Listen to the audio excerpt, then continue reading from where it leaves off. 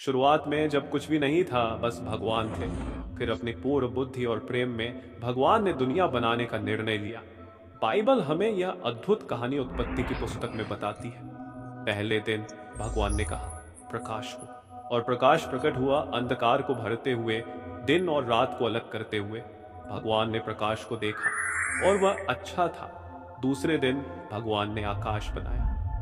उन्होंने आकाश के नीचे के पानी को आकाश के ऊपर के पानी से अलग किया।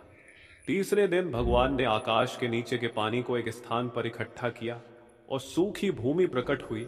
उन्होंने सूखी भूमि को पृथ्वी और एकत्रित पानी को समुद्र कहा। फिर भगवान ने भूमि को हरे भरे पौधों, ऊंचे पेड़ों और रंग बिरंगे फूलों से ढक दिया। हर चीज रंगीन और खूबसूरत दिखने लगी। चौथे दिन भगवान ने दिन में चमकने के लिए सूरज बनाया और रात को रोशन करने के लिए चांद और सितारे बनाए। उन्होंने इन्हें आकाश में लगाया ताकि दिन, ऋतुएं और वर्षों का समय निर्धारित हो सके, जिससे पृथ्वी पर जीवन में लय बनी रहे। पांचवें दिन भगवान ने समुद्रों को जीवन से भर दिया।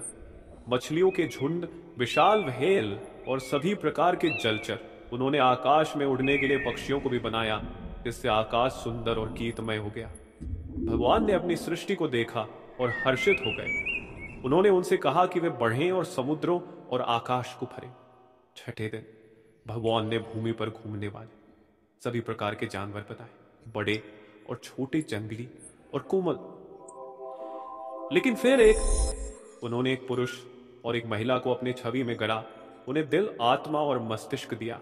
उन्होंने उन्हें आशीर्वाद दिया, दुनिया की देखभाल का जिम्मा दिया और जानवरों और पौधों का ध्यान रखने को कहा। उन्होंने उनसे कहा कि वे संतान उत्पन्न करें ताकि लोग धरती पर भर जाएं। अंत में सातवें दिन भगवान की सृजन का काम पूरा हो गया। उन्होंने विश्राम किया, न कि क्योंकि वे थके हुए थे, बल्कि इस बात को दिखाने के लिए कि श्रम के बाद विश्राम का सौंदर्य होता है। उन्होंने सातवें दिन को आशीर्वाद दिया और उसे पवित्र बनाया, यह दिन याद रखने के लिए कि उनकी अद्भुत सृष्टि क्या है।